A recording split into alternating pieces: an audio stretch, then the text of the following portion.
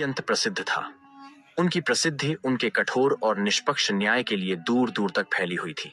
वह प्रायः अकेले और छद्म वेश धारण करके अपनी प्रजा की स्थिति का निरीक्षण करते थे, ताकि वे वास्तविक परिस्थितियों का पता लगा सकें।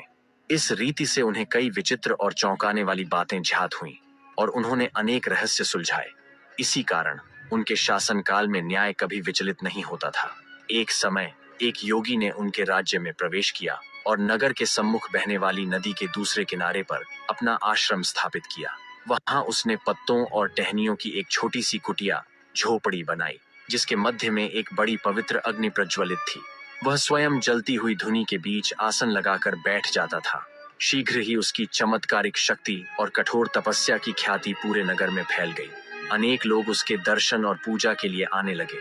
जल्द ही उसके शिष्यों और अनुयायियों का एक समूह एकत्र हो गया और प्रतिदिन उसके सिद्धांतों को स्वीकार करने वालों की संख्या बढ़ने लगी। यह प्रभाव इतना गहरा हुआ कि इसकी चर्चा राजा के राजमहल तक पहुंच गई।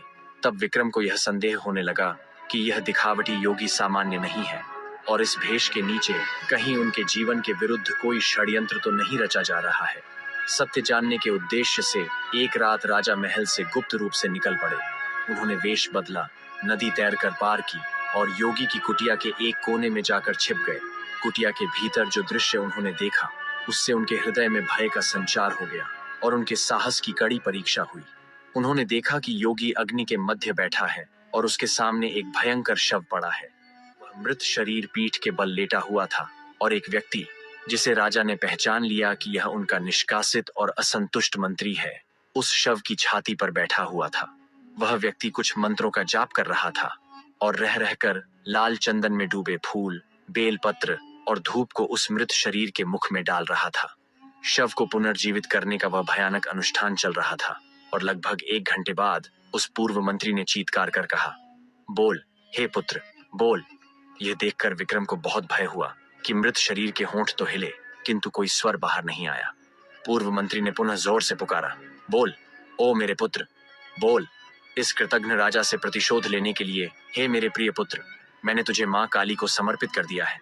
बोल, ओ पुत्र, बोल।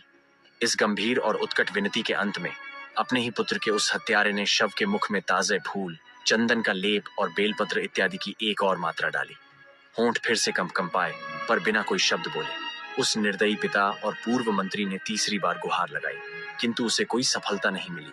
असफलता देखकर योगी ने कहा, धैर्य रखो मेरे बालक। इस कक्ष के भीतर अवश्य ही कोई अपरिचित व्यक्ति है, जिसने बिना दीक्षा लिए हमारे गूढ़ रहस्यों में प्रवेश किया है और इसीलिए पवित्र तथा रहस्यमयी देवी